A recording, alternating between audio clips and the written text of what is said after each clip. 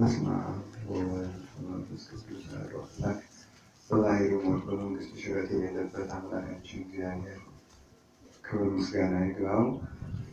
የእግዚአብሔር እናታችን ቅድስት ድንግል ማርያም ወላዲተ አምላክ ክብር ምስጋና ይግባት። ክቡር አባታችን መልአከ ገነት ዮሐንስ የዚህ ታላቅ ደብር አስተዳዳሪ፣ የተከበራችሁ ሊቃውንተ ቤተክርስቲያን፣ ካህናት አባቶች፣ ዲያቆናት፣ ወንድሞች፣ የቅዱስ ቤተክርስቲያን ጌጥ የሆናችሁ ምዕመናን እንዴት ዋላችሁ? እንደምን ዋላችሁ? በሉ እንጂ እንደምን አመሻችሁ? የእግዚአብሔር አምላካችን ስሙ ዛሬም ዘወትርም የተመሰገነ ይሁን። ያስተማሩን መምህራችን ቃለ ሕይወትን ያሰማልን። አሁን ደግሞ ተገኝቶ እንደ ፈቃዱ እንዲያስተምረን ቅዱስ ፈቃዱ ይሆንልን። የቀደመ በደላችንን የቀደመ በደላችንን አታስብብን አታስብብን አቤቱ ይቅርታ ፈጥኖ ይደረግልን አቤቱ ይቅርታ ፈጥኖ ይሁን ይደረግልን አቤቱ ይቅርታ ፈጥኖ ይደረግልን አቤቱ ይቅርታ ፈጥኖ ይሁን ይደረግልን የቀደመ በደላችንን የቀደመ በደላችንን አታስብብን አታስብብን አቤቱ ይቅርታ ፈጥኖ ይደረግልን አቤቱ ይቅርታ ፈጥኖ ይሁን ይደረግልን አቤቱ ይቅርታ ፈጥኖ ይደረግልን አቤቱ ይቅርታ ፈጥኖ ይሁን ይደረግልን የቀደመ በደላችንን የቀደመ በደላችንን አታስብብን አታስብብን አቤቱ ይቅርታ ፈጥኖ ይደረግልን አቤቱ ይቅርታ ፈጥኖ ይሁን ይደረግልን አቤቱ ይቅርታ ፈጥኖ ይደረግልን አቤቱ ይቅርታ ፈጥኖ ይሁን ይደረግልን። የእግዚአብሔር ቸርነቱና ምሕረቱ ከሁላችን ጋር ይሁን። እንደ እግዚአብሔር ፈቃድ የምንማማርበት የትምህርታችን ኃይለ ቃል አመለተ እኪት ይረስዕዋ ለሰናይት ወአመለተ ሰናይት ይረስዕዋ ለእኪት በሚል ርዕስ ነው። በአማርኛ ሲተረጎም በክፉ ቀን መልካም ቀን ይረሳል፣ በመልካም ቀን ክፉ ቀን ይረሳል የሚል ነው። በክፉ ቀን መልካም ቀን ይረሳል፣ በመልካም ቀን ክፉ ቀን ይረሳል። እስኪ በሉ እንደገና። አላልኩም እኔ ያልኩትን ማለት በክፉ ቀን መልካም ቀን ይረሳል፣ በመልካም ቀን ክፉ ቀን ይረሳል። እስኪ እንደገና በሉሻው በልበሉ። በመልካም ቀን ክፉ ቀን እንደገና በሉ። በደንብ በደንብ በደንብ በደንብ በክፉ ቀን በመልካም ቀን ክፉ ቀን ይረሳል ይላል። በመጽሐፍ ቅዱስ ከመጽሐፍ ቅዱስ አንዱ ከሆነው ከ80 መጽሐፍ መጽሐፈ ሲራክ ምዕራፍ 11 ቁጥር 25 ላይ የምናገኘው ኃይለ ቃል ነው። ለአጭር ጊዜ የምንነጋገረው እንዳይመሽባችሁ፣ ሌሎችም ደግሞ ጉዳዮች ስላሉ እንደ እግዚአብሔር ፈቃድ አንድ ታላቅ አባታችንም ዛሬ ስላረፉ በዚህ ምክንያት ትምህርቱን አሳጥረን እንማማራለን። ጊዜያችንን ባርኮ ግን ባለን ሰዓት እንዲያስተምረን ቅዱስ ፈቃድ ይሁንልን እና በክፉ ቀን መልካም ቀን ይረሳል፣ በመልካም ቀን ክፉ ቀን ይረሳል። ሲራክ ነው የተናገረው። ሲራክ ማለት ጠቢብ ማለት ነው፣ ጥበበኛ ማለት ነው። ባጭሩ የቃሉ ትርጉም ሲራክ ማለት ጠቢብ ማለት ነው። ሲራክ ጥበብን አስተውሎ ጥበብን ተመግቦ የኖረ ሰው ነው እና ሰዎች ነገር ሰርተው ከንጉሥ ጋር አጣልተውት፣ ነገር ግን በዚያ ነገር ስራ ምክንያት ወደ ወህኒ እንዲወርድ ወይም በእስር ቤት እንዲኖር ተፈርዶበት እስር ቤት ውስጥ ታሰረ። ነገረ ሰሪ በጣም ክፉ በሽታ ነው። መናፍቃን ከክህደታቸው ይልቅ ነገር ስራቸው ነው ቤተክርስቲያን የሚበጠብጣል። ምን ጊዜም ማለት ነው። መናፍቃን በትምህርት ካቃታቸው ምን እንደሚያደርጉ ታውቃላችሁ? ፖለቲካ ነው የሚጠቀሙት። ነገር ማበላሸት ነው ስራቸው ማለት ነው። ማበላሸት። የአጋንንት ልጆች ምን ጊዜም መሳደብና ማበላሸት ደስ ይላቸዋል። የእግዚአብሔር ልጆች ደግሞ ማመስገን ይወዳሉ። ሰላምና ማመስገን የእግዚአብሔር ልጆች ምልክት ነው። ሁከትና ማበላሸት የአጋንንት ልጆች ምልክት ነው እና በአባ ጊዮርጊስ ዘመን ቢቱ የሚባል መናፍቅ ነበር እና ቢቱ ተንኮሉ ተቆጥሮ ያልቅ። ከክደቱ ይብስ ደግሞ ነገር ስራው ነበር የሚብሰው። አባ ጊዮርጊስ እንዲህ ብለዋል እያለ ከንጉሱ ጋር አባ ጊዮርጊስን አጣልቶ አሳስሮታል እና አባ ጊዮርጊስን እንዳሳሰረው ንጉሱ አረፈ። ያ የሚጠላህ ጠላት እኮ ንጉስ ዳዊት አረፈልህ አሉት ለአባ ጊዮርጊስ ሲሉት አለቀሰ። አባ ጊዮርጊስ ለምን ታለቅሳለህ አሉት። ጠላት ነው አሳስረዋል ሲሉት ምን እንዳልታውቃላችሁ እንዲሁ እኔን ቢጠላኝ እመቤታችን ይወዳት ነበር። እመቤታችን የሚወድ ሰው ለአባ ጊዮርጊስ ሁለንተናው እና ምን እንዳለ ስለ ቢቱ ሲናገር አባ ጊዮርጊስ እንዲህ አለ። ወበከመ ኢይትካሀል ነጊረ እበየ ሂሩታ ለማርያም ከማሁ ኢይትካሀል ነጊረ እበየ እከዩ ለቢቱ። የማርያምን ልዕልናና ቅድስና ተናግሮ መዝለቅ እንደማይቻል የቢቱን ተንኮል መናገር አይቻልም ይላል። ነገር ስራው ማለት ነው። ነገረኛ ሰው ክፉ ነው። ሲራክን አሳሰሩት። እግዚአብሔር ግን ቸር ነውና ጥበብና ቅድስና እንደ ሎሚ ያለች ናት። ሳዊሮስ እንደሚተረጉመው እንደ ሎሚ ያለች ናት። ሎሚ ተመልከቱ። ከዛ ሎሚ ምንድን ነው? ላዩ ምንድን ነው? ጥቁር። ውስጡ ምንድን ነው? ነጭ ነው። ይጣፍጣል አይደለም እንዴ? ከውስጥ ስትገቡ የላይኛው ግን ቅርፍቱ ይመራል። ውስጡ ግን እየሆመጠጠ ይጣፍጣል። ወንተ ውስጡሰ ጻዕዳ ወማዕሪር ጣዕሙ ይላል ሳዊሮስ ሃይማኖተ አበው ላይ። የሎሚ ቅርፍቱ መራራ ነው፣ ጥቁር ነው። ውስጡ ግን ነጭ ነው፣ ይጣፍጣል። ወከማሁ እለ ይፈቅዱ ይርብው ትሩፋተ ሥጋ ትሩፋተ ነፍስን መስራት የሚፈልጉ መንግስተ ሰማያትን ነግደው ማትረፍ የሚችሉ ሰዎች ሁሉ ኑሯቸው እንደ ሎሚ ነው ይላል። ሎሚ ላዩ እያቃጠለ ውስጡ እንደሚጣፍጥ በምድር እየመረሩ በሰማይ ይጣፍጣሉ። በምድር እየከሱ በሰማይ ይለማሉ። በምድር እየጎሰቆሉ በሰማይ ያበራሉ። በምድር እየወደቁ በሰማይ ይነሳሉ። በምድር እየተናቁ በሰማይ ይከብራሉ።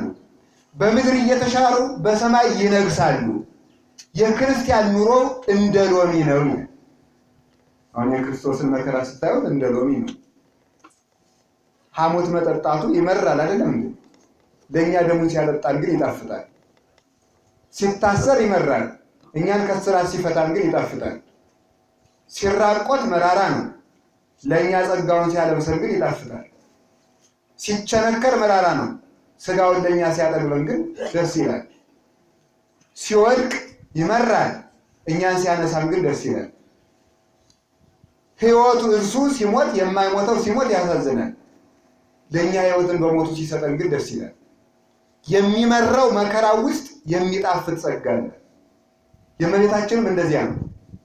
ስደቷ፣ በእሾህ መወጋቷ፣ በአቃቅማ መወጋቷ፣ የአራዊቱ ጩኸት፣ የሌሊቱ ግርማ፣ የመከራ ውእየት፣ የፀሐዩ ሐሩር፣ የሌሊቱ ቁር፣ የሁሉ መከራዋ እንደ ጽጌረዳ የሚያበሩ አይኖቿ በሙሉ እንደ ከዋክብት የሚደቅሙ አይኖቿ በንባ እየፈሰሱ እየሟሙ ስትሰደድ ያሳዝናል። እዚያ ውስጥ ግን ሰውን የሚያድን ጸጋ ነው። ሀጻቤ ርሳቴ ይኩን አንብኪ ዛንጸፍጸፈ ይላል አባ ጊዮርጊስ። የተንጠበጠበው እንባሽ ለእኔ የኃጢአት መታጠቢያ ይሁነኝ ይላል ሰዓታቱ ላይ ሲናገር። ስለዚህ እያንዳንዱ መከራ፣ መራራ መከራ የሚጣፍጥ ጸጋ አለው። የሰማዕታት መከራ ስታዩት በመጋዝ ሲሰነጠቁ ሰይጣንን ይሰነጥቁታል። ጥርሳቸው ሲወልቅ የሞትን ችንካር ያወልቃሉ። አመድ ሲሆኑ በመብረቅ አምላካቸው በክርስቶስ ስም አጋንንትን እንዳመድ ይበትናል። ተከትፈው ሲዘሩ አጋንንትን ይዘራሉ። በእሳት ሲቃጠሉ በስማቸው አጋንንትን ያቃጥላሉ። የሰማዕታትን ሞት ማክበር የሚያስፈልገው ለዚህ ነው። የምንሰበሰብበት ምክንያት ዋናው እሱ ነው። እንደ ደህዩ ያበለጽጉናል፣ እንደ ታመሙ ይፈውሱናል፣ እንደ ተጣሉ ያነሱናል። ስለዚህ ተመልከቱ፣ የክርስቲያን ኑሮ እንደ ሎሚ ነው። እንደ ሎሚ ጥበብ የሚገኘው ያን መራራውን ቅርፍት ታግሶ ነው። ሲራክ ጥበብ የተገለጠለት የት ውስጥ ነው? እስር ቤት ውስጥ ሆኖ ነው ማለት። በደም የተመሰረተችውን ቤተክርስቲያን በዘፈን ልንኖርባት አንችልም። በረሃብ የተመሰረተችውን ቤተክርስቲያን በዝላይና በጥጋብ መኖር አንችልም። ባለጸጋው ድሃ ሆኖ የመሰረታትን ቤተክርስቲያን ገንዘብ በመሰብሰብ ልንኖርባት አንችልም። ተንቆ ጎስቁሎ ደምቶ ውበት የሌለው እስኪመስል ድረስ ሰርጎ ኩሉ ዓለም የሚባል ጌታ የመሰረታትን ቤተክርስቲያን በመቀማጠል ልንኖርባት ፈጽሞ አንችልም። ወደድንም ጠላንም የክርስትና ብቸኛው መንገድ የሎሚ መንገድ ነው። የሎሚ መንገድ ነው። መነኮሳት ሲመነኩሱ መቁጠሪያቸው ከሎሚ እንጨት እንዲሆን የሚደረገው ለዚህ ነው። ከሌላ የሚደረጋል ወይ ከወይራ ወይ ከሎሚ። የክርስቶስን መራራውን መከራ መራራውን ጽዋ እሳተፋለሁ ማለታቸው። እሳተፋለሁ፣ የእሱን መስቀል እሳተፋለሁ፣ የመከራውን ጽዋ ጎነጫለሁ ማለታቸው ነው። እና የቤተ ክርስቲያን መከራዋ እንደ ሎሚ ነው። እየተቃጠለች መዓዛዋ ግን ጽንፍ እስከ ጽንፍ ይሸታል። ቤተ ክርስቲያን ሲቃጠል ቤተ ክርስቲያን ይሰፋል እንጂ ቤተ ክርስቲያን አይጠብም። ዕጣን ፍም ላይ ሲያደርጉት መዓዛው ከሩቅ እንዲሸት ቤተ ክርስቲያን ስትቃጠል እየሰፋች ትሄዳለች ማለት ነው። የሰው ልጅ ሲኖር መከራን መመሪያው አድርጎ ነው መኖር ያለበት። መከራ ትልቁ ወደ እግዚአብሔር የምንሄድበት የብርሃን መንገድ ነው። ምቾት ወደ ሲኦል የሚስብ የጥፋት ገመድ ነው። ምቾትና ዝላይ፣ ቅምጥልነት፣ ህመምና መከራ ግን ወደ ክርስቶስ የምንሄድበት መንገድ ነው። ቅዱስ ጳውሎስ ምን ይላል? ወሶበ አሐምም ሶቢሃ እጸንዕ፣ ስታመም ያን ጊዜ እበረታለሁ ይላል። እስኪ በሉ ስታመም በሉ። ያን ጊዜ ምን እላለሁ? ሰው ሲታመም ነው ጤነኛ ሲሆን ነው የሚበረታው። አቤት። ቅዱስ ጳውሎስ ግን በተቃራኒ ሄዶ ሁለተኛ ቆሮንቶስ ምዕራፍ 12 ላይ ምን አለ? ሲያመኝ ምን እላለሁ አለ። ምን ማለት ነው ይሄ? ሲያመኝ እበረታለሁ ማለት ነው። ቅዱስ ባስልዮስ ዘቂሳርያ ይሄን ወስዶ ምን አለ? ድውዩ ጳውሎስ ድውያንን ይፈውሳል ይላል።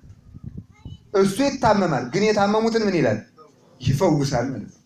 እርሱ ይሞታል፣ ሙታንን ግን በጨርቁ ጫፍ ምን ይላል?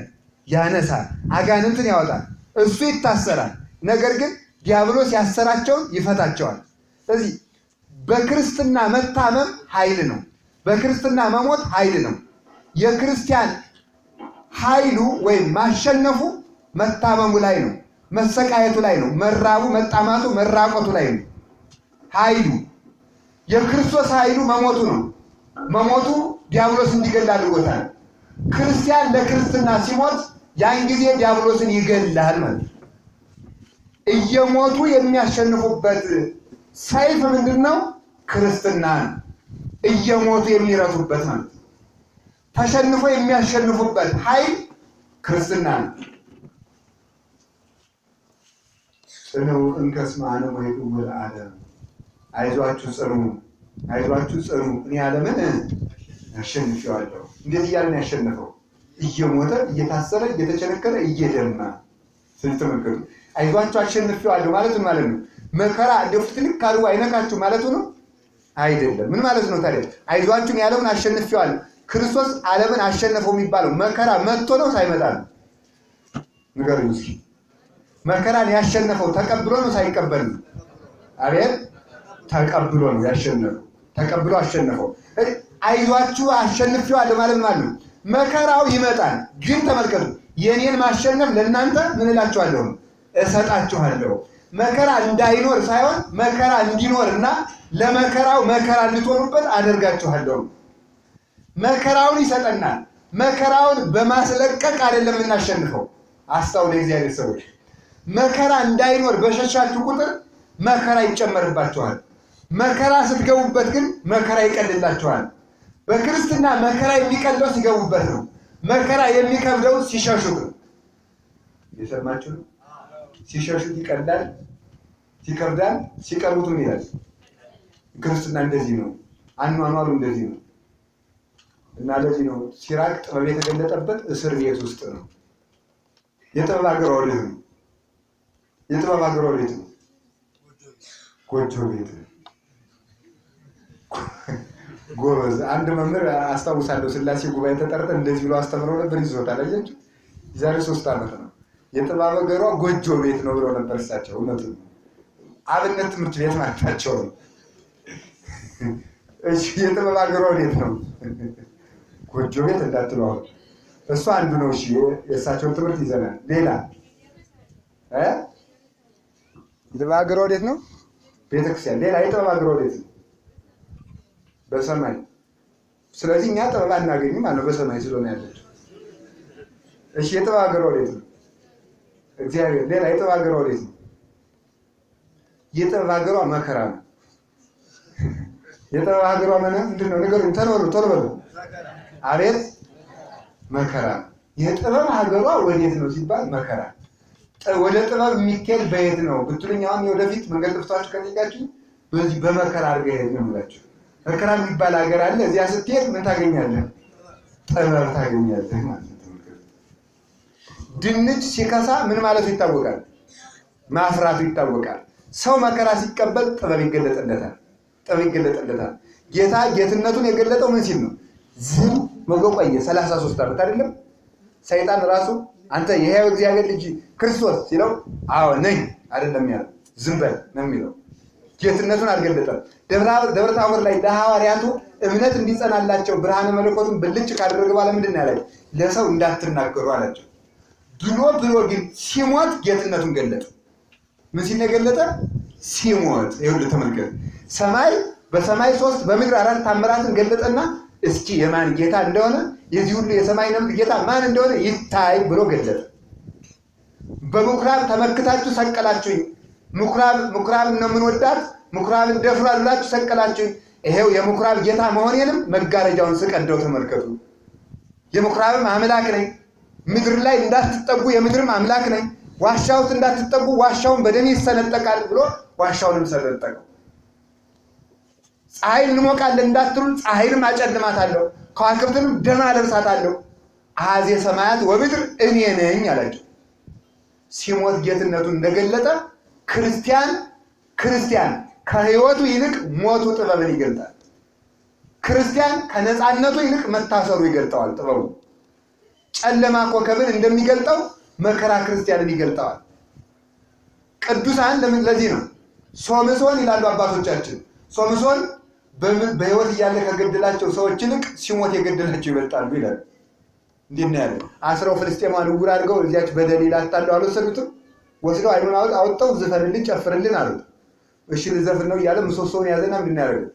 ጌታዬ የኃይል ባለቤት እግዚአብሔር ሳይሰሙት ነው ቀስው የኃይል ባለቤት እግዚአብሔር ጥበብን ስጠኝና አብረህ አጥፋኝ እነሱ ጋር አለ። ኃይልን ስጠኛል የድሮውን ኃይሌ እንዲሁ ትንሽ አለው። ጠጉሩ እንደማቆጥቆጥ ብሎ ነበር ይላሉ አባቶቻችን። የዚያን ጊዜ ተመልከቱ፣ ምሰሶውን ነቅ አደረገና ተደረመሰ። በሞቱ ጠላቶችን አብሮ ገደላቸው ይላል። ይህ የክርስቶስ ምሳሌ ነው። በሞቱ እንዳጠፋ ክርስቶስ በሞቱ አጋንንትን በተናቸው። ጌታ በቁሙ ሳለ በቁሙ ማለት ነው ይቅርታ በመዋዕለ ሥጋዌው ሲያስተምር ዲዳ ያደረጉትን ሰው ልቀቁ አላቸው። ሽባ ያደረጉትን ልቀቁ አላቸው። ደንቆሮ ያደረጉትን ልቀቁ አላቸው። ሲሞት ግን የባሰ ዕዳ ነው የከተታቸው። ሲያስተምር ከሰው ውጡ ነው ያላቸው። ሲሞት ግን ሲኦል ወስዶ ነው የሰደዳቸው። ኃይላቸውን አጥፍቶ ቸንክሮ በመስቀሉ ነው የጣላቸው። ገሏቸዋል። ክርስቲያን ሲጾም ዲያብሎስን ረሃብተኛ ያደርገዋል። ክርስቲያን ሲበርደው ዲያብሎስን ያቃጥለዋል። ክርስቲያን ሲራብ ዲያብሎስ ይራባል። ክርስቲያን ሲከሳ ዲያብሎስ ይከሳል። ክርስቲያን ሲታሰር ዲያብሎስ ይታሰራል። ክርስቲያን ሲሞት ዲያብሎስ ይሞታል። ክርስቲያን ሲመቸው ዲያብሎስ ይመቸዋል። ክርስቲያን ሲመቸው ዲያብሎስ ይመቸዋል። ክርስቲያን ሲዘፍን አጋንንት ይዘፍናሉ። ሲኦል በሯን ትከፍታለች። የሲኦል አበጋዞች ያቀነቅናሉ፣ አዋጅ ይነግራሉ። መለከታቸው ዘፈን ነው። መለከታቸው፣ አዋጃቸው ጭፈራ፣ ዳንኪራ፣ ዝላይ ነው። የጠቢብ ሰው ልቡ በለቅሶ ቤት ነው ይላል ሲራክ። የጠቢብ ሰው ልቡ በየት ነው? ሰሎሞንም ብሏል። በየት ነው ንገሩኝ? በለቅሶ ቤት ነው ይላል። በለቅሶ ቤት ነው። የሰነፎች ደግሞ ልባቸው በዘፈን ቤት ነው። በነገራችን ላይ የጠቢብ ሰው ልቡ ሲባሉ እንደገና በሉ በየት ነው? ለቅሶ ቤት የት ነው? እድር ነው? ለቅሶ ቤት የት ይመስላችኋል? ለቅሶ ቤት የት ነው? መከራ ምንድን ነው? ለቅሶ ምንድን ነው? መከራ። ለቅሶ ቤት የተባለች ቤተክርስቲያን ናት። ለቅሶ ቤት ምንድን ነው ያለው? ቅዳሴው ሊያበቃ ሲል ስጋው ደግሞ ሊፈተትስ ምንድን ነው? ተዘከረነ እግዚኦ በውስተ መንግሥትከ፣ አቤቱ በመንግስትህ አስበን ማለት ያ በመንግስት አስበን ያለ ማለት ነው። ፈያታዊ ዘየማን እንደዚህ ያለው ቤት ላይ ሆኖ ነው። መስቀል ሁልጊዜ የክርስቶስ መከራ እየታሰበ የሚለቀስባት የሚነባባት ነው። የጠቢብ ሰው ልቡ በለቅሶ ቤት ነው ማለት የጥበበኛ ክርስቲያን መኖሪያው ሃይማኖቱ በኦርቶዶክሳዊ ተዋሕዶ ቤት ነው። የሰነፍ ሰው ልቡ በጭፈራ ቤት ነው ማለት ሰነፍ ክርስቲያን ግን ዳንኪራ፣ ቅምጥልነት፣ ሆድ፣ ዘፈን፣ ጭፈራ በበዛበት አዳራሾች ይኮበልላል። ምቾትን የሚከተል እሱ የዲያብሎስ ልጅ ነው ማለት እና መከራን አትሰቀቁት። የማይቆነጠጥ ልጅ ዲቃላ ነው ይላል ቅዱስ ጳውሎስ። የማይቆነጠጥ ልጅ ምንድን ነው? ዕብራውያን ምዕራፍ 12 ላይ ምንድን ነው ያልኳቸው? ዲቃላ ነው። ልጅ መሆኑ በመቆንጠጡ ይታወቃል። ገጠር የጎረቤትን በኩርኩም ይልና ጥሏቸው ሲሰጥ ልጅ ባቶን እኮ ይላሉ አይደለም እንጂ እንግዲህ ልጅ ቢሆን ኑሮ አብሮ እዚህ ቁጭ ነበር የት ይሄድ ነበር ይላሉ። ስለዚህ ተመልከቱ፣ ዲቃላ በመኮብለሉ ይታወቃል። ልጅ ያልሆነ ማለት ነው፣ ጥገኛ የሆነው እሱ መጀመሪያ ርስት ብሎ ያልመጣው መከራ የመጣ ጊዜ በመኮብለሉ ይታወቃል። እና የጥበብ ሀገሯ መከራ ነው። የጥበብ ሀገሯ መከራ ነው። የጥበብ ሀገሯ የት ነው? መከራ ነው ማለት ነው። ይሄ ነው ሲራክ ጥበብን ያገኛት ልጅ እንደዚህ ነው። እና ሲራክ ስጋዊ መንፈሳዊ ምክር የመከረና አባት ነው። ወደ ርዕሴ መልሳችሁ አመለተ እቂት ይረስዕ እጓለ ሰናይት ወአመለተ ሰናይት ይረስዕ እጓለ እቂት። በክፉ ቀን በመልካም ቀን እንይንት ትርጉም ብቻ ነግሬ ትምህርቴን ጠቀልላለሁ። በክፉ ቀን መልካም ቀን ይረሳል። በክፉ ቀን ምን ማለት ነው? ባጭሩ በቁሙ ሲርብ የሚጠግቡ አይመስልም ማለት ነው። ሲርብ የሚጠግቡ አይመስልም። ሲታመሙ የሚድኑ አይመስልም። ሲያጡ የሚያገኙ፣ ሲሻሩ የሚሾሙ፣ ሲታሰሩ የሚፈቱ፣ ሲራቆቱ የሚለብሱ አይመስልም። ሲናቁ የሚከብሩ አይመስልም። ችግር የደስታን ዘመን ያስረሳል፣ ተስፋ ያስቆርጣል ማለት ነው። ክርስቲያን ይህን በደንብ ማወቅ አለበት። የክፉ ቀን አንዱ ጉዳቱ ምን ማስረሳቱ ነው? መልካም ቀንን ማስረሳቱ ነው። መልካም ቀንን ስለሚያስረሳ ተመልከቱ።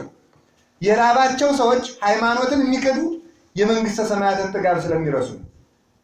የራባቸው ሰዎች ወደ ምስጢር ስትወስዱ ልብስ ያጡ ሰዎች በልብስ ቅዳጅ ሃይማኖታቸውን የሚክዱ እውነተኛውን ልብስ የብርሃን ልብስ የምንለብስበትን የመንግስተ ሰማያትን ልብስ ስለሚረሱ ነው።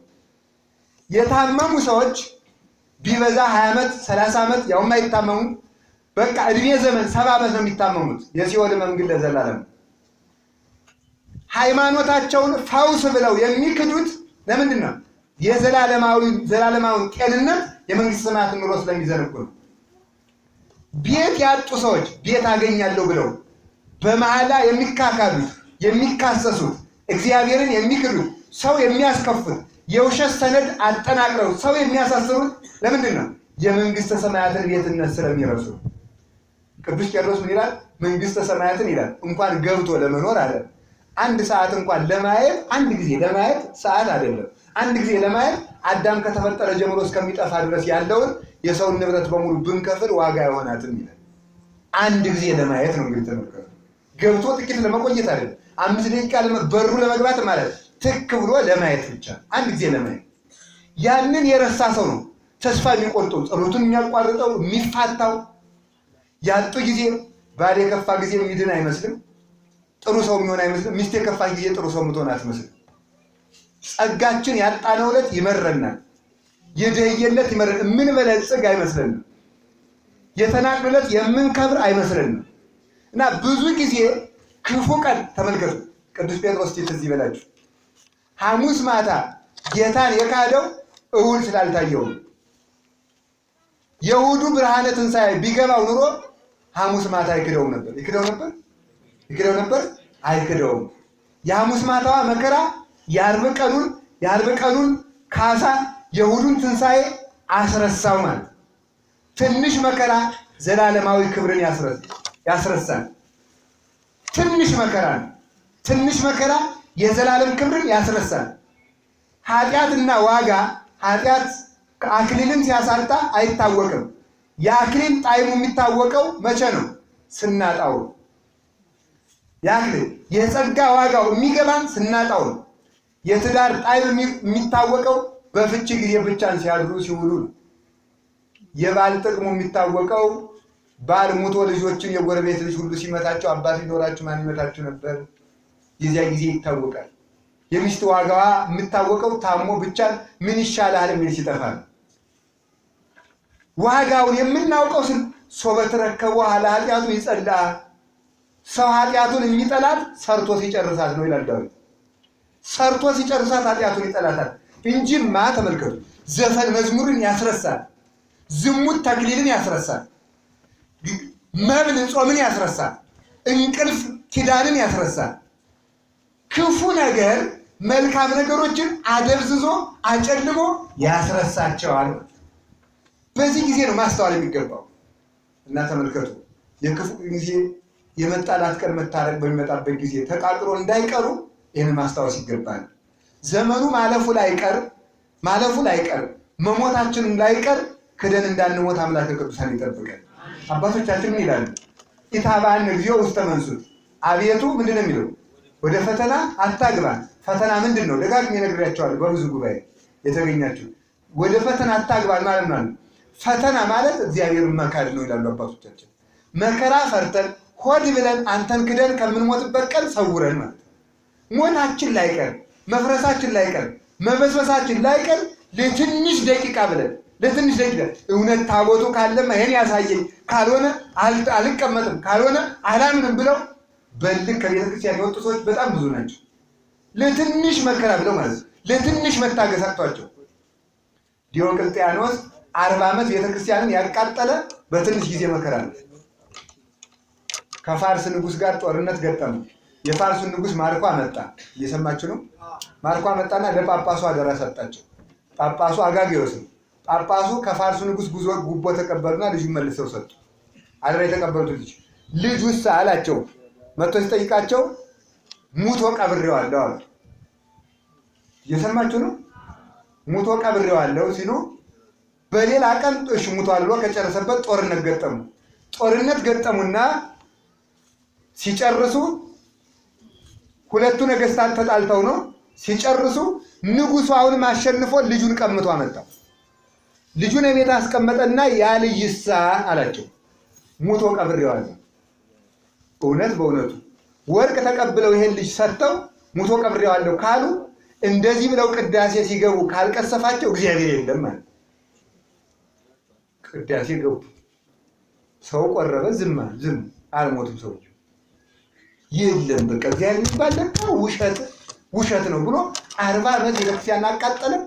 ክርስቲያኖች እንደ ሽንኩርት ከተፋቸው፣ እንደ አክርማ ተሰነጠቁ። በቃ መጻሕፍት ተተኮሱ፣ ተቃጠሉ። አብያተ ክርስቲያናት ሁሉ ፈረሱ። ለትንሽ ጥቂት ቢቆይ ግን መልአኩ መጥቶ ሊሰነጥቅለት ነበር ይላሉ አባቶቻችን። ለትንሽ መታገስ አቅቶት ምልክት ካላሳየኝ ብሎ ሃይማኖትን ካለ ትንሽ እኮ ነው መታገስ የሚጠብቅ። ይህ ችኩል ትውልድ ማለት ነው። 30 ዓመት 10 ዓመት ጸበል ለጸበል ዙረው 10 ዓመት ጸበል ለጸበል ዙረው ሊድኑ 3 ቀን ሲቀራቸው ከፕሮቴስታንት አዳራሽ የሚሄዱ ሰዎች አሉ። ችኩልነታችን አያመጣብን ዕዳ የለም። ተመልከቱ። እንዲሁም ቅዱስ ጳውሎስ ምንድን ነው የሚለው? እስከ ቀበጽናሃ ለሕይወት ነው የሚለው። ስቃይ በርትቶብን ነበር በሕይወታችን ተስፋ እስከምንቆርጥ ድረስ ይላል። አሁን ቅዱስ ጳውሎስ ተስፋ ይቆርጣል? አይቆርጥም። የመከራ ክፋቱ ክብርን ማስረሳቱ ነው። ቅዱስ ቂርቆስ እናቱን ምንድን ነበር ሲላት ነበር? እናቴ ሆይ አትፍሪ እያለ ተመልከቱ። ልቧ ተመልከቱ። የታጠቀችው የሃይማኖት ዝናር በርምዱ ስፈላ ስትሰማው ላላባት ለእናቴ የሰማዩን ክብር ግለጥላት። ያን ጊዜ ክብርን ስታይ መከራውን ረሳችው። መከራን መርሳት የሚቻለው በምንድን ነው? በክብር ነው። ክብርን ስታስቡት መከራን ትንቃላችሁ። መከራን መናቅ የሚቻለው በክብር ጣዕም ነው። ይህንን የማያይ ሰው ሁልጊዜ እንደሰለቸው ይኖረ ማለት ነው። ከቃሉ ጋር ናችሁ። እግዚአብሔር ከሁላችን ጋር እና ይሄ ነው በክፉ ቀን መልካም ቀን ምን ይላል ነው ንገሩኝ እንጂ ይረሳል። እና መጠንቀቅ የሚገባው ይሄ ነው። ወደፊት በሕይወታችሁ ዘመን የሚገጥማችሁ ይሄ ነው። ዘመነ ሰማዕታት ሊመጣ ይችላል፣ ሰይፍ ይመጣል። ግን ማሰብ የሚገባው የተሾመም መሻሩ አይቀርም፣ ሰይፍም መውደቁ አይቀርም፣ እሳትም መጥፋቱ አይቀርም፣ በረዶም መቅለጡ አይቀርም፣ ገንዘብም ማለቁ አይቀርም፣ ሰንሰለትም መዛጉ አይቀርም፣ ክብርም መዋረዱ አይቀርም፣ ውበትም መጠውለጉ አይቀርም። ስለማይቀር ዘመንን ታግሶ መሻገር የክርስቲያን ዋጋው። አሁን እናንተ ሁሉም ሰባኪ ከሃዲ ሆነ፣ እንትና ዘማሪ፣ እንትና መናፍቅ ሆኑ፣ ማንን እንመን ወዘተርፈ በዚህ ትደነቃላችሁ አይደለም? በዚህ ትደነቃላችሁ። ከቤተ መቅደሱ ውስጥ ዝሙት የሚሰሩ ሰዎች ወደፊት ይመጣሉ። ወደፊት በተቀደሰው ቦታ ወደፊት ዛሬም እየተደረገ ነው። ተደንቃችኋል አላችሁ። ቅዳሴ የሚገባበት መስሏችሁ ማለት ነው። መቅደስ ናችሁ። ሰውነታችሁ መቅደስ አይደለም እና አይደለም ነው። ወደፊት ይመጣል ስላችሁ ግን ሌላ መስሏችሁ እኮ አዚያ ያድርሰን እያላችሁ ነበር። ራሳችን ተመልከቱ። ይሄ እኮ ነው ተመልከቱ። ክብርን የሚያስረሳ ትውልድ፣ ክብሩን የረሳ ትውልድ፣ እንዲሁ ክብር የለሽ ትውልድ ማለት እሱ እኮ ነው። ለትንሽ ደቂቃ እንዲሁ ማንኪያው እስኪታጠብ ይደርሳል እያለ ዝም ብሎ በ5 ተኩል የሚበላ ማለት ነው። ስግብግብ ትውልድ ማለት ነው። ለ5 ደቂቃ እንዲሁ መታገስ አቅቶ ማለት የሚበላ ትውልድ ወዲያው እኮ ነው። እንዲሁ ይገርማችኋል እኮ ደግሞ የሰይጣን ክፋቱ አቅለብልበዋችሁ አንድ ጉራሽ ቁርስ ካደርጋችሁ በኋላ አላስበላችሁ ይላል። ወይ የቀረበውን ምሳ ሌላ ሰው ይመጣና ግጥም አድርጎ ይበላል። ጾማችሁን ተደፍታችሁ ተውሏታላችሁ። ለአንድ ጉራሽ እኮ ነው ያን ሁሉ ክብር የረሳችሁት ማለት ነው። ይሁዳ ያሳዝነኛል። 3 ዓመት የተንከራተተበትን ክብሩን የቀማው ስንት ብር? 30 ብር እኮ ነው። እኛም እኮ እሱ ነን። አሁን በይሁዳ እንፈርዳለን እንጂ ከይሁዳ ብልጫችን ምንድን ነው? ይሁዳ አንዱን አካል ክርስቶስን ሸጠ። እኛ ደግሞ አንዱን አካል መንፈስ ቅዱስን እንሸጣለን። መንፈስ ቅዱስ በ40 ቀን መንፈስ ቅዱስ ከኛ ላይ አላደረም? አልተወለድንም? በ80 ቀን አልተወለዳችሁም? ሴቶቹ ተወልዳችኋል። ይሄንን በምግብ በእንቅልፍ ለውጠን ኪዳን እየቀረን በሳንቲም ድቃቂ አስራት በኩራን እያስቀረን ከቤተክርስቲያን ስንወጣ ክብራችን የምንሸጥ ነን ማለት። ለዚህ ነው እግዚአብሔር ትንቢተ ኤርምያስ ምዕራፍ 2 ላይ ሕዝቤ ክብሩን ለማይረባ ነገር ለወጠ ይላል። ሕዝቤ ሲበሉ ሕዝቤ በሉ ክብሩን በምን ለወጠው? በማይረባ ነገር ለወጠው። ዘፈን ማህሌትም በዘፈን ለወጣችሁ፣ ተክሊልም በዝሙት መለወጥ ፍጹም ውርደት ነው። ያው ሰው ወርዶ እኮ አብቅቷል። ዝም ብሎ ጨርሶ መክበስበስ ነው። መቼም እርስ በርሳችን እየተከባበስን ነው የምንኖር። እናንተ ቅዱስ ህዝቦች እኔ አሁን እንደውም ባህር ዳር የተለመደ ደግሞ አንድ ነገር አለ። እንደውም አምላክ ለሰባኪዎቹ ለአባቶች ተናግሬያለሁ፣ ለእናንተ ልንገራችሁ። ጉባኤ ሲዘጋጅ የሰባኪዎችን እራት የቻሉልን እንትና ይበላል። እናንተ እንዲሁ አሁን እራት ስፖንሰር አድርጋችሁ ተብሎ ይነገርላችሁ ይገባል። እናንተ ስፖንሰር ሳትሆኑ ስለመብርሃን ብለን አልበላንም እንጀራ። እንኳን ዛሬ ማለት ነው ተመልከቱ። እንኳን ዛሬ ድሮም ጦማችን አላደርንም። የእንጀራ ስፖንሰር እንዲደረግላችሁ እንኳን ክብር ትፈልጋላችሁ ማለት ነው።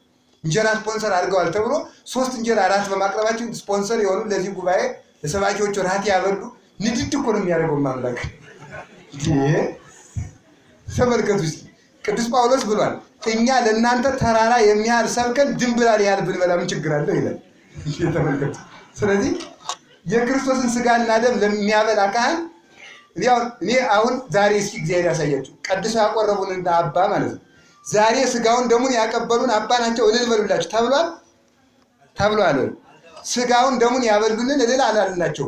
ማልዳ በልቸው ማታ ለማይገኘው እንጀራ እንትና ስፖንሰር ሆነዋል ተብሎ አዋጅ ይነገርላቸው። ሞት ይሻላል ሞት ማለት ነው። ሞት ስለዚህ ተመልከቱ። ይሄ እየተከበሳበት በእውነቱ እንደገና ያለ ለጋስ የለም፣ እንዲህ ያለ የለም። እጹብ ድንቅ ነው። የሰጭ ዘር ናቸው። እንደዚህ ካልተባለልን በዚህ በቃ አማን እብለክሙ ነሱ እስቴቶሙ፣ እውነት እላችኋለሁ ዋጋቸውን አገኙ። እስኪ ዋጋቸውን አገኙ። ዋጋቸው ምንድን ነው? የትኛውን ዋጋ ነው ያገኙ? ለጋስ ነው የሚለውን ማለት ያንን አገኙ። እኔ በሰማይ የማቀምሳቸው አይምሰላችሁ። እዚያው ተሸልመዋል። አክሊሉን እዚያው ጨርሰውታል። እዚያው ተጨብጭቦላቸዋል። እዚያው ደምቀዋል። እና ጎበዝ ክብር ፈላጊዎች አሉን። አሁን ምዕመናን በሙሉ እየኮበለሉ አክብሩን፣ አክበሱሱን፣ እንዲሁ በቃ እንደመጥ። ይህ ነው መከራ ያበላል። እና የእግዚአብሔር ቤተሰቦች በመከራ ቀን የእግዚአብሔርን ቀን እንዳንረሳ እግዚአብሔር ይርዳል። በክፉ ቀን ተሸውዳችሁ ለአጭር ጊዜ ሞታችሁ ላይቀር እመቤቴ መከራ ጸንቶባችሁ እግዚአብሔርን ከመካድ ይሰውራችሁ። የእውነት ምለት ይርበኛ ብላችሁ ሆዳችሁን ፈርታችሁ ከስጋው ገደሙ እንዳትወጡ፣ ቤት ፈልጋችሁ ርስት መንግስተ ሰማያትን እንዳትወጡ፣ በቁራሽ ቦታ ተጣልታችሁ የሰማይ ርስታችሁን እንዳታጡ፣ ዝምድና ቆጥራችሁ የሰማዩን ዝምድና እንዳታጡት፣ እንቅልፍ ወዳችሁ ኪዳን እንዳያመልጣችሁ፣ የእውነት ሳንቲም ድቃቂ ፈልጋችሁ ያችን ነፍጋችሁ ከአስራት በኩራት ወጥታችሁ አስራት ሀገራችሁን መንግስተ ሰማያትን እንዳታጧል። ለትንሽ ነገር ብላችሁ ነጋፈር ለሚበላው አንድ መነኩሴ ነበር እና የሆነች ሴት ወደደ አሉ። መልከኛ ናት አሉ። እንደው አሉ ነው መጽሐፍ ነው ያለው። እና ያችን እንዲሁ ያችን እያሰኘም ቢያለው በኋላ ምን አደረገ መሰላችሁ? እየሰማችሁ ነው። ዝም ብሎ ቆየ። እወድሻለሁም አላላትም። እንዴት ብሎ ይባላል? ዝም ብሎ ጥርሱን ነክሶ ኖረና ሴትየቱ ሞተች። ሞታ ስትቀበር በሶስተኛው ቀን መቃብሩን ከፈተና ምን አደረገ መሰላችሁ? እጁ እየተንጠፈጠፈ ነው። ደሙ ፈሶ እጁ ተንጠፍጥፎ አጥንቱ ተልከስክሶ እንዴት ያስጠላል እኮ ዛሬ ሰውን ሁሉ ዘወር የሚያደርጉ ውብ የሚባሉ ሰዎች በሽቷቸው እየጠሩ የሚሄዱ ሁሉ እኮ ነገ እነሱ ሽታቸው የማያስቀርብ ይሆናል። እውነት አይደለም? አይቀር የሚተላ ሰው ምን ያኮራዋል ብሏል ሲራክ። ምንም ያኮራ ነገር የለም። በኋላ ተመልከቱ።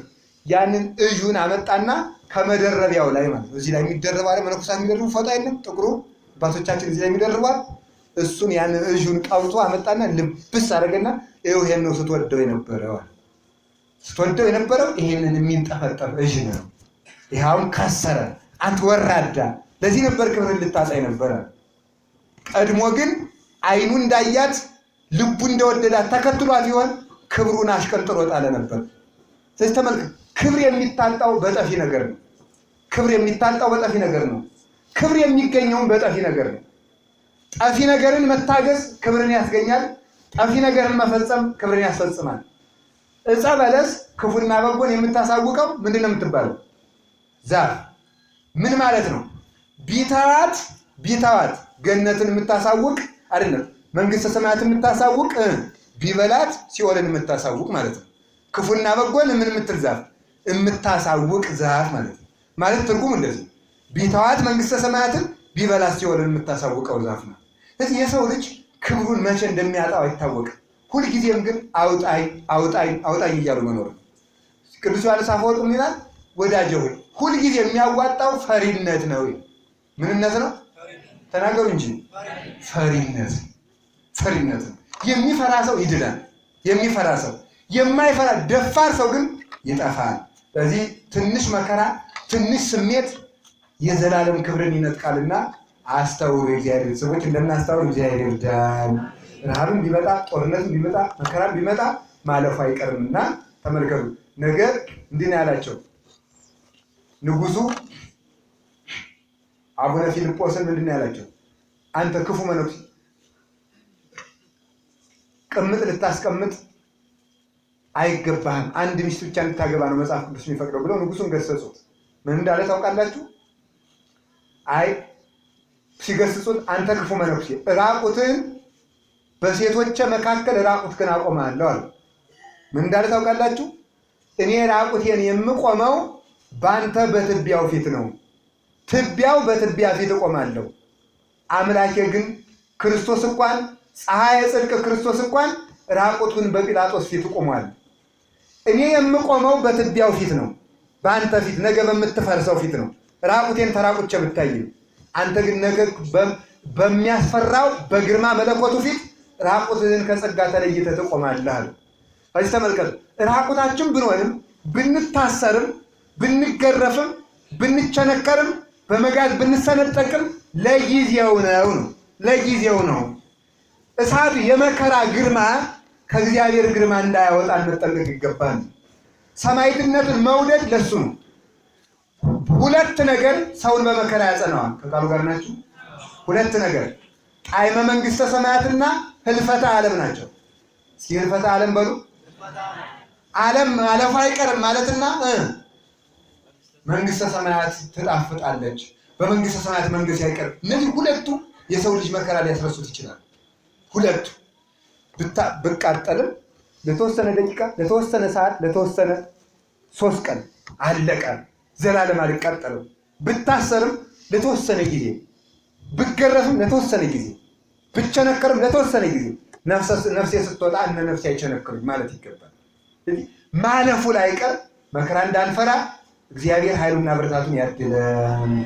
ሁለተኛ በመልካም ቀን ምን ይረሳል? አቤት ክፉ ቀን ምን ይላል? ይረሳል። እሱን በመልካም ቀን ደግሞ ክፉ ቀን ይረሳል። ሁለት አይነት ትርጉም አለው። በመልካም ቀን ክፉ ቀን ይረሳል። እየሰማችሁ ነው? እየሰማችሁ ነው? በመልካም ቀን ሁለት ትርጉም። አንደኛ መልካም ቀን የተባለ በዓለም ያለውን መልካም ነው የምነግራችሁ። ሲበሉ ምን አይደል? የሚራቡ አይመስልም።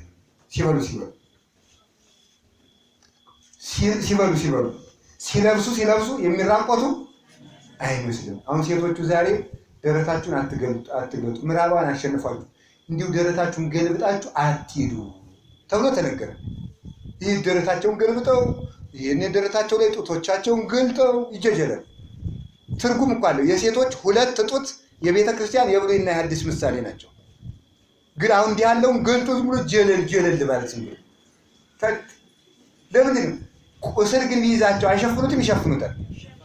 ይኸውላችሁ ተመልከቱ፣ ወደው ተመልከቱ። በጌጥ ዘመን የጉስቁልና ዘመን የሚመጣ አይመስልም፣ ህመም የሚመጣ አይመስልም። በጤንነት ዘመን የሚታመሙ አይመስልም። ጥጋብ የሚመጣው ለዚህ ነው። በተሾሙ ወራት የሚሻሉ አይመስልም፣ ለዚህ ነው። ሰዎች እየሰማችሁ ነው። አንድ ጊዜ በቅዱስ ዮሐንስ አፈወርቅ ዘመን እንዲህ የሚል ህግ ነበረ። የታሰረ ሰው ቤተክርስቲያን መጥቶ ንጉሥ ያባረረ ሰው ቤተክርስቲያን መጥቶ ከተጠጋ የሙጥኝ ካለ ቤተክርስቲያን አውጥታ አትሰጥም። እዚያ በኋላ እዚያ በሩ ላይ ተመልሶ ነው የሚሄደው። አሁን አንዱ ባለጌ ተሾመና ምን አደረገ መሰላችሁ? አይቻልም፣ ቤተክርስቲያንም ይግባ ማንም ይግባ መንግስት ያባረረ ወንጀለኛ ይያዛል። ዮሐንስ አፈወርቅ ተው ላንተ የሚጠቅምሃል አለ። መጨረሻ ላይ እሱን የሚፈነቅል ሌላ ሰው ተነሳበትና እያባረረ ቤተክርስቲያን ይዞት መጣ። አውጥታችሁ ስጡኝ አለ። ቅዱስ ዮሐንስ አፈወርቅ አይቻልም ብሎ ሸሽጎ ከዕቃ ቤት ከነዋያተ ቅድሳቱ ጋር ዘግቶ አስቀረው። እሑድ ማልዳ አወጣና ከህዝቡ ፊት ቁጭ አድርጎ ይኸውልህ አንተው ያወጣኸው ሕግ ለአንተው ማሰሪያ ሆነ። አንተው የተሾምክ ጊዜ የምትሻል አልመሰለም። ሰው ስታስር የምትታሰር አልመሰለም። ስትበላ የምትራብ አልመሰለም። ስትሳደብ የምትሰደብ አልመሰለም። ስትንቅ የምትናቅ አልመሰለም። ሰው ስትገል አንተ የምትሞት አልመሰለም። ስታገኝ የምታጣ አልመሰለም። ሰው ስታሰቃይ የምትሰቃይ አልመሰለም። ጤና ስትሆን የምትታመም አልመሰለህም። እነዚህ ማሰብ ይጠቅማል በእውነቱ። በችግር ጊዜ መንግስተ ሰማያትን ማሰብ፣ በጥጋብ ጊዜ ስቃይን ማሰብ። እየሰማችሁ ነው? ሁለቱ ሰውን ያድኑታል። እግዚአብሔር ሰውን ያዳነው በሁለት መንገድ ነው ይላሉ አሞኒዮስ እና ሳቢዮስ። መንግስት ሲኦልን በመፍራትና መንግስተ ሰማያትን በመውደድ። ጻድቃን ለክብር የበቁት በዚህ ነው። እስኪ ሲኦልን መፍራት በሉ፣ መንግስተ ሰማያትን መውደድ። እነዚህ ለምን ያበቃሉ? ለክብር ያበቃሉ። በነገረ ድህነት ትምህርት ውስጥ ለሰው ልጅ የሚጠቅሙት ሁለት መሰረታዊ ነገሮች ፍርሃትና ንቃት ናቸው። ፍርሃትና ንቃት በሉ፣ ፍርሃትና ንቃት። እነዚህ ሁለቱ ይጠቅሙታል። የሚያድነን ሁለቱ ነው። ሁለቱ የሌለው ክርስቲያን ጅላጅል ነው የሚሆነው።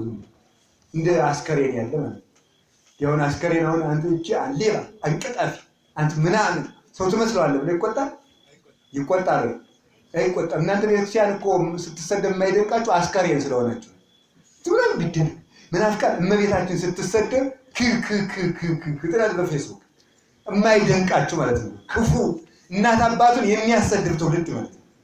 ቢያንስ እኮ እንዲሁ ተፍጨርጭራችሁ ተናዳችሁ ያቅማችሁን ለመጻፍ ለመማር ለመጠየቅ የማትተጉ ንዝላል ትውልድ መሆን አይጠብቅም። በእውነቱ ንቃት የሌለው ወኔ የሌለው ትውልድ ማለት ነው። እሱ ነው። ተመልከቱ፣ ይሄን ማጣት ነው ችግሩ። ስለዚህ በቅምጥልነት ዘመን የመከራ ዘመንን ማሰብ ትልቅ ሀብት ነው። አንድ ንጉስ ነበረ። በአንዲት ሀገር ንጉስ የሚሾመው 1 ዓመት ብቻ ነው። ህጉ ስንት ዓመት ነው? እና በአመቱ የግድ ነው ይሻላል። ጥሩ የሚሆን ጅል የሚሆን አለቀ። ህግ ነው፣ ህግ ነው። ከዚያ በኋላ በአመቱ ሲሻር የት ነው የሚገባ? እስር ቤት ነው። ጥሩ የሚሆን ጅል የሚሆን በቃ ህግ ነው። ይሄ ሀገሪቱ ህግ ነው። ጥሩም ሰራ ምንም ሰራ የት ነው የሚገባው? በአመቱ እስር ቤት ይገባል። እና ስለዚህ በቃ ምንም ትርፍ የለም። እና አንድ ጀግና ተሾመ። ሲሾም ምን ያደርጋል? ስታሰር ምበላት እያለ ይልካል። ጥቂት ወደ እስር ቤቱ ማለት ነው። ወደ እስር ቤቱ ጥቂት ከገንዘቡም ይልካል፣ ከወተቱም፣ ከበጉም፣ ከፍየሉም፣ ከእህሉም፣ ከምንጣፉም ይልካል። ኋላ በአመቱ ደርሶ በል ልትታሰር ነው ሲባል እሺ ለምንድን ነው እንደዚያ የሚለው? እስር ቤቱን ራሱ ምን አድርጎታል? ቤተ መንግስት አድርጎታል ማለት ነው። ስለዚህ ተመልከቱ፣ ስታሰር ስታሰር መበላት ነው። ስታሰር መበላት ይህ ማለት ነው። ስታሰር መበላት ማለት ነው። አስቀድመን የምንልካው ስንቅ ምን ማለት ነው? ተመልከቱ፣ የሚቆየን አሁን መቀመጫ እየቆረቆራችሁ ከሰዓታችሁ ቆጥባችሁ ከፍላችሁ አሁን የምትማሯል ያስቀደሳችኋል፣ እግራችሁ የተቆረጠማችኋል፣ እንቅፋት የተመታችኋል፣ ብርድ የተመታችኋል፣ ከፍላችሁ የቆማችኋል፣ እሷ ናት። ዳንኪራው ሁሉ ያጋንንት ዘመድ ይቀራል፣ ድምጫው ይቀራል። ስትዳሩ መኪናው የለ አጋንንት እየጨፈሩብን ወደ ሲሆን በኋላ የሚከተለን ይሄ ነው። አስቀድሞ ይሄን ማወቅ ይገባል። ስለዚህ ተመልከቱ፣ ምን አይነት ብልህ ሰው ነው። ስታሰር ምበላት አለ። ጀግና ነው ማምላክ። እስኪ ስሟት የሚል ነገር ይኖራችሁ። እስኪ ስሟት በሉ። አሬ እንዲህ በጣም የሚያሳዝነው አሁን ማምላክ እንዴት አሉት አባት ነው ዛሬ ያረፉት። በእውነቱ ሁላችሁም ታውቋቸዋላችሁ ማለት ነው። ፍጹም ተናግረው የማያስቀይሙ አባታችን ነው ያረፉት። አሁን እሳቸውን እንኳን ሞት የሚነካብን ይመስለናል አይመስለንም፣ ግን ወሰዳቸው። ስለዚህ እያንዳንዱ መቼ እንደሚሆን እንኳን አይታወቅም። የዛሬ 6 ወር 7 ወር አብረውኝ እኔ ጋር ጉባኤ የነበሩት ይኸው ዛሬ ነገም እኛም እንቀጥላለን። ስለዚህ ተመልከቱ እባካችሁ የሞታችንን ጊዜ እናስብ። ሞት ማለት ትልቅ ወደ እግዚአብሔር የምንሄድበት መንገድ ነው። ከቃሉ ጋር ናችሁ? ከቃሉ ጋር ናችሁ? እንዲሁ እስቲ ሰርግ ላይ ልቅሶ ትዝ ብሎት የሚያውቅ ያውቃል ብሏቸው። አሁን ባልና ሚስት የሚፋቱት ለምን ይመስላችኋል? የተጋቡለት የሚጣሉ አይመስላቸውም። የተጣሉለት ሰርጋቸው ትዝ አይላቸውም። ሁለቱ ችግር ነው። ስለዚህ ስትጣሉ ሰርጋችሁ እስኪ ትዝ ይበላችሁ እንዴት እንደነበራችሁ። በቃ ሙሽራይቱን ጉድፍ እንዳይነካት ደግሞ ይሄ ጅራት የሚመስል ልብስ አለ። ያንን የሚይዙ በኋላ 3 ሰዎች ተመድበው እንደዚህ አድርገው የሌላ ቀን እኮ ወሮሮ ነው የሚደፋት ትቢያ ላይ ማለት ነው። የዚያ ጊዜ ነው የምትጣሉ ጊዜ። እንዴት ትዋደዱ እንደነበር እንዴት አታስታውሱ? እግዚአብሔር ፍጹም ቸርነቱ በጣም አንድ ነገር ልንገራችሁ የእግዚአብሔር ሰዎች በበደልን ጊዜ ምን እንደሚያስብ ታውቃላችሁ? ደህና ሳለን ያደረግናትን ያስባል። ለንስሐ የሚያበቃል ለዚያ ነው። አምና ተሰጡ ከነበራችሁ ዘንድሮ ስትነፍጉ ያን ያስብና ለንስሐ ያበቃችኋል ማለት ነው። ሰው ለንስሐ ዕድሜ የሚያገኘው ምን ሲሆን ይመስላችኋል? ድሮ የሰራትን እግዚአብሔር ስለሚያስብልን። ሰው ሁሉ ተጣልቶ ያለቀው ድሮ ሲያደርጉት የነበረውን መልካም ስራ ስለሚያስብ ነው። በተጣላችሁ ጊዜ የመልካም ዘመናችሁን ትረሳላችሁ። በመልካም ዘመን ጊዜ የምትጣሉ ስለማይመስላችሁ ምስጢራችሁን ሁሉ ትዘረግፋላችሁ። እነዚህ ሁለቱን ጠብቆ መኖር ይገባል። ዋናው ግን በመልካም ቀን ምን ይረሳል ነው? ተናገሩ እንጂ አቤት! ክፉ ቀን ይረሳል። ዛሬ እንደምታዩት ኦርቶዶክስ ተዋህዶ ስድስት ሀገሮች ብቻ ውን እያሉ አሉ። ግብፅ፣ ኢትዮጵያ፣ ሶሪያ፣ ህንድ እነዚህ እስልምናውም ዛሬ ያዙ ይልቀቁኝ እያለ ነው። ሰይፉን እየመዘዘ በየመስጊዱ ሰይፍ እየተቀመረ ነው። በመኪና ሰይፍ እየተጫነ እየተፎከረ በየቴሌቪዥኑ እየተነገረብን አርደን በልተን እንጥላቸዋለን እየተባለ ነው። ይሄ ሁሉ ጋር ካቶሊክም በፋሽስት ጊዜ እኮ ካቶሊክ ምንድን ነው ያደረገችው? የጦር መሳሪያ ባርካ ነው ወደ ኢትዮጵያ የሰደደችው። አሁን የጦር መሳሪያ የተባርኮ ይሰደዳል? አይሰደድም። ቅዱስ ከተማው ቫቲካን ውስጥ እየተባረከ ነው የመጣው። እሱም አለ። ፕሮቴስታንቱም ይህን ያውጅብናል። እንዲህ አልሰማችኋቸውም? በቴሌቪዥን የቅዱሳንን ገድል በሙሉ የምናቃጥልበት ጊዜ ቅርብ ነው እያሉ እየፎከሩ ማለት ሰብስበን እሳትን የምንሰደው ያን የጥንቆላ መጽሐፋቸውን ይላል። ይሄ ሁሉ ይደነፋል። ግድ የለም። እስከ ዓርብ ድረስ ተመልከቱ። እስከ ዓርብ 6 ሰዓት ድረስ ክርስቶስን በርባንም እኩል ነበሩ። እንዲያውም ማን ቀደም? ማን በለጠ? ማን ተመረጠ? በርባን። 6 ሰዓት ላይ ግን መሬት ተንቀጠቀጠ። ታምራት ሲገለጡ የክርስቶስ ጌትነት ተገለጠ። ይሰቅሉት የነበሩ በጨለማ ተደናበሩ። ስለዚህ ዲያብሎስም እኩል ይሆናል፣ ዘፈን ከማህሌት ጋር እኩል ይሆናል። አትጠራጠሩ። የምንመርጠውን እስከምናጣ ድረስ ጽድቅና ኃጢአት እኩል ሆኖ መምጣታቸው አይቀርም። የትኛው ነው ትክክል እስከምንል ድረስ ውሸትም እውነትን ተከናንቦ ከላይ ጭምብል ለብሶ ይመጣል፣ ያጭበረብራል። ከሃዲያን በመነኮሳት ቀሚስ ይመጣል፣ በመነኮሳት ቆብ ይመጣል። መናፍቃን በሰባኪያን አንደበት ይመጣል። ዛሬ እየመጣ እያየ ነው እኮ። አጋንንት የማያጭበረብሩበት ምን መንገድ አለ? ዙሮ ግን ያን ጊዜ ክርስቶስ ይገለጣል። ይመጣል። አይመጣም? ይመጣል። ሲመጣ ዲያብሎስም ከነልጆቹ ሀፍረትን ተከናንቦ ይቀመጣል። ያን ጊዜ የጥንቆላ ክምችት ናት ተባለች። ከመጋረጃው በስተጀርባ ጥንቆላ አለባት አሏት። እናቱንም ሰደቡ፣ እሱንም ፍጡር አማላጅ ብለው ሰደቡት። መላእክትንም አቃለሉ፣ ቅዱሳንም ተቹ። የቅዱሳንን ገድል አቃለው ጸበሉን እያቃለሉ እነሱ ግን ሆሊ ወተር እያሉ ሃይላንድ ውሃ እስከ 10 ሺህ ብር በየሆቴሉ ይሸጣሉ ፓስተሮቹ። ይህንንም አደረጉት። ዙሮ ግን የቸርነት አምላክ በሚሰጠን መልካም ቀን እነዚህን እየረሳን እንኖራለን። ኋላ ሲመጣ ግን እንዳልነበሩ ይሆናሉ። መረሳታቸው አይቀርም። ቤተክርስቲያን ያን ጊዜ የጽድቅ አክሊል ክርስቶስን ተቀዳጅታ በጽድቅ አደባባይ ትመላለሳለች። ዲያብሎስም ከነሰራዊቱ ከነመናፍቃኑ ያን ጊዜ ጋሻ የለም፣ ጦር የለም፣ ደም ማፍሰስ የለም። ቢያሸንፉ ለጊዜው ነው፣ ሰይፍ ለጊዜው ነው። አይዟችሁ ይበርታ፣ ሰይፍ ይሳልብንም፣ እንታረድም፣ እንቆረጥም፣ ነፍሳችሁን ሊገድሏት ምን አይልም ነው ያለ ጌታ፣ አይችሉም። ኋላ ግን እኛ እንረሳዋለን። የምንረሳው ምን አለ ሲራክ? ላዘነ ሰው ወይን አጠጡት ይላል። እስኪ ላዘነ ሰው በሉ ምን ስጡት? ለምን እናጠጣው? ንገር እንጂ እንዲረሳው። ዕዳ ያለበት ሰው ወይን ይጠጣል፣ ቢራ ይጠጣል። የባንክ ዕዳ ያለበት ቤትህ ነገ ይታሸጋል ካለው ዕዳ ይጠጣል። ረስቶት ያመሻል። ተኝቶ ሲናሳ ግን ዕዳ አለብህ ይላል። ታዲያ ወይን ምንድን ነው? ላዘነ ሰው ወይን ስጡት ምንድን ነው? ላዘነ ሰው ወይን ስጡት ማለት ነው። ዓለም መከራ ላጸናችበት ሰው ምንድን ነው? ጣዕመ መንግስተ ሰማያትን ምን በሉት ነው? አጎንጩት። መንግስተ ሰማያትን ሲያስብ ሀዘኑን ምን ይላል? ይረሳል። የክርስቶስን ፍቅር በልቡናው ጨምሩለት፣ ትንሽ እንደው ጣብ አድርጎለት ያን ጊዜ ተመልከቱ። ምን ታደርጉልኛላችሁ አይደል? እንድና በዘመነ ሰማዕታት አንዱ ሰማዕት ምንድን ነው ያለው? እናንተ መከራን ጨምሩልን ክርስቶስ ክብር ይጨምርልናል። እስኪ እናንተ መከራን ጨምሩልን በሉ። ክርስቶስ ምን ይጨምርልናል? ክብር ይጨምርልናል።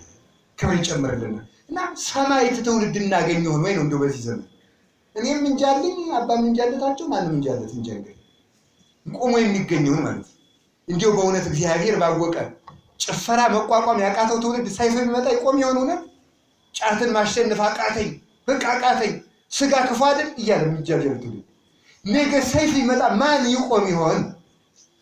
በእውነቱ የቅዱሳን አምላክ መንግስተ ሰማያትን ከልቡናችን ይሳልብን። አሜን።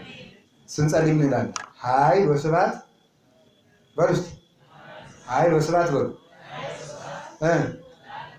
ኃይል የተባለች ይላሉ እነ ቅዱስ ቄርሎስና እነ ቅዱስ ሳዊሮስ ኃይል የተባለች መንግስተ ሰማያት ናት። ለምን ኃይል የተባለች ቢባል ይላሉ ሐዘንን የማስረሳት ኃይል አላትና መከራቸውን ቅዱሳን የሚረሱት በጣዕመ መንግስተ ሰማያት ነው ማለት ነው። ስለዚህ የእግዚአብሔር ቤተሰቦች በመልካም ቀን ምን ቀን ይረሳል? አቤት እኔ በጣም ብዙ ሰዎች ስለማገኛቸው የተለያየ ቦታ ስሄድ ምን ይላሉ? ብዙ ጸበል ዞርኩና ፓስተሮቹ ጋር ሊሄድ ነው ምን ይደረግኝ አልዳንኩም ይላሉ።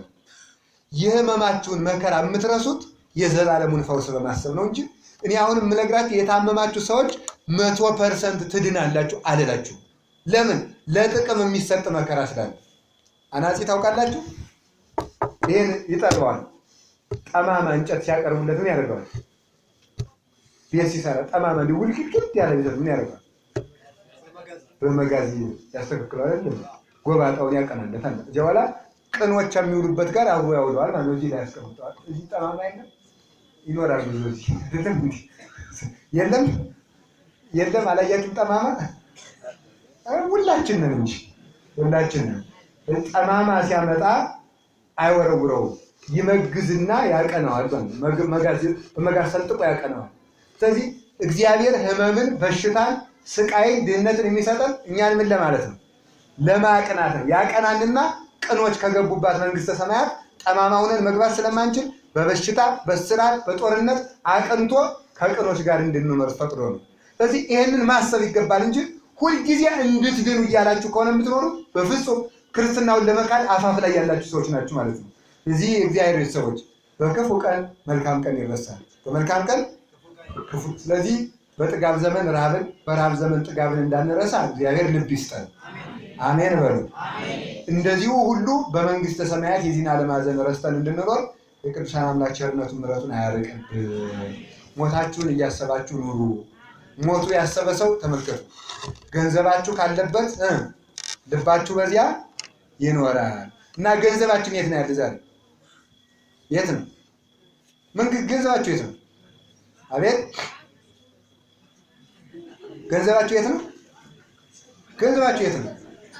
ባንክ ነው እንዴ? መንግስተ ሰማያት አትሉም እንዴ? ለመድኃኒዓለም መንግስተ ሰማያት በሉ እስቲ። ስለዚህ ልባችን ያለው የት ነው? እንደዚህ ነው። መጽሐፈ መክብብ ምዕራፍ 11 ላይ ምን ይላል? ሀብ ለሰባቱ ወለሰመንቱ፣ ለሰባት ለስምንት ሰዎች ስጥ ይላል። ለሰባት ለስምንት ሰዎች ምን በል ተናገሩ እንጂ እንዴት ነው? ለሰባት ለሰዎች ለአስር ምን ሰጥ ችግር አለ? ለሰባት ለስምንት ሰዎች ስጥ።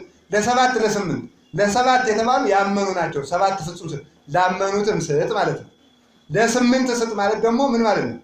ላላመኑትም ስጥ ማለት ነው።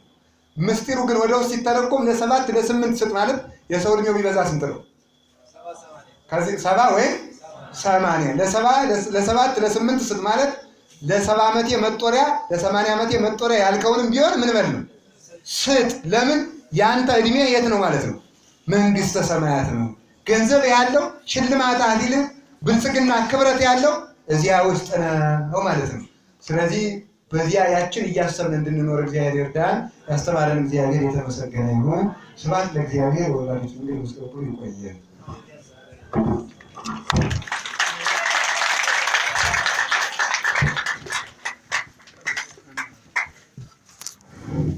እሺ አባታችን ለምንራችን እግዚአብሔር ይመስገን።